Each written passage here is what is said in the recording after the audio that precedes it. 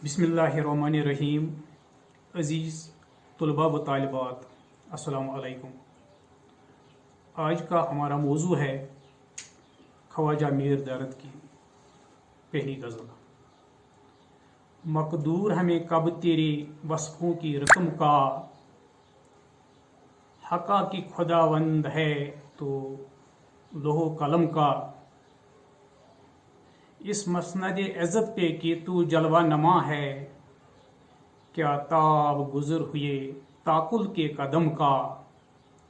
बसते हैं तेरे साये में सब शेख व ब्राह्मण, आबाद है तुझसे ही तो घर देरो हरम का।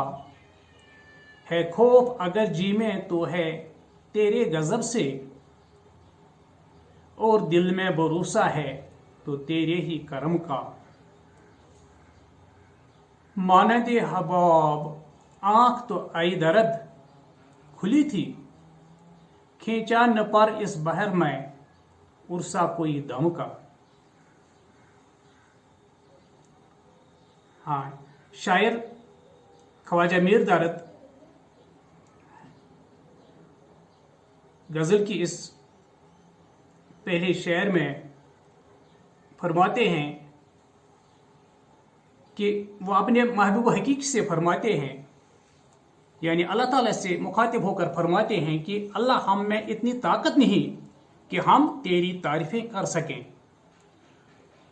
अल्लाह लोहो कलम का मालिक है और इंसानों में इतनी ताकत नहीं कि वो अपनी खालिक की तौसीफ रकम कर सके। शेर नंबर 2। इस मसनद इज़्ज़त पे कि तू जलवा नमा है, क्या ताब गुज़र हुए ताकुल के कदम का। शायर ख्वाजा मीर दर्द इस दूसरे शेर में फरमाते हैं कि अल्लाह का मकाम बुलंद और बरतर है, हमारी अकल वहां तक नहीं पहुंच सकती।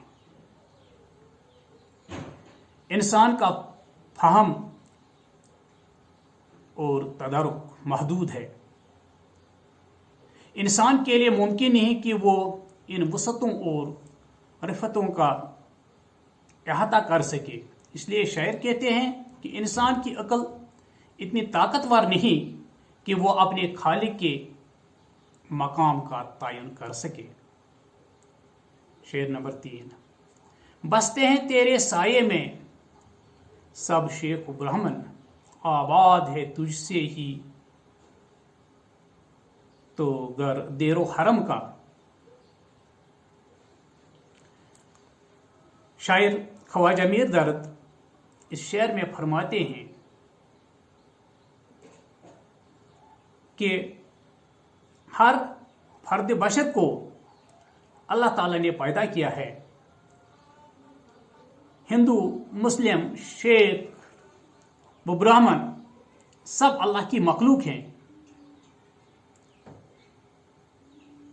और उसी के साये में रहते हैं और उसी के दम से मंदिर और मस्जिदें आबाद हैं, यानी वो हर जगह मौजूद है और वो सबका खालिक है। अगर वो चाहता तो एक ही नस्ल या एक ही मखलूक को पैदा करता या जिंदा रखता। उससे सब प्यारे हैं और इसीलिए वो सबको रिज़्क देता है। इसमें इस शेर में देरो हरम लफ्ज़ है। देरो हरम का माने है मंदिर और मस्जिद। इसी तरह शेर नंबर 4। है खौफ अगर जी में है खौफ अगर जी में तो है तेरे गज़ब से, और दिल में भरोसा है तो तेरे ही करम का। शायर ख्वाजा मीर दर्द इस शेर में फरमाते हैं अल्लाह ताला की तरफ मुखातिब होकर फरमाते हैं कि अगर कोई खौफ है मुझे, मेरे दिल में अगर कोई खौफ है तो फकत तेरा ही खौफ है। यानी शायर इस बात से डरता है कि कहीं उसे अल्लाह ताला नाराज न हो जाए, और साथ ही उसे अल्लाह की करीमी पर भरोसा भी है। उसे यकीन है कि अल्लाह ताला मेहरबान और रहम करने वाला है। इसीलिए शायर अल्लाह से ही डरता है और उससे मदद भी मांगता है।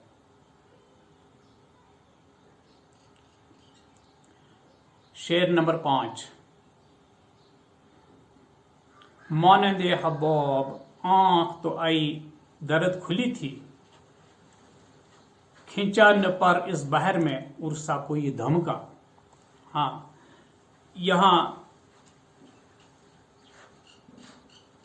इस मक्ता में शायर ख्वाजा मीर दर्द फरमाते हैं कि हम इस दुनिया में पानी के बुलबुले की तरह आए, कुछ पल जिंदगी गुजारी और इस दुनिया से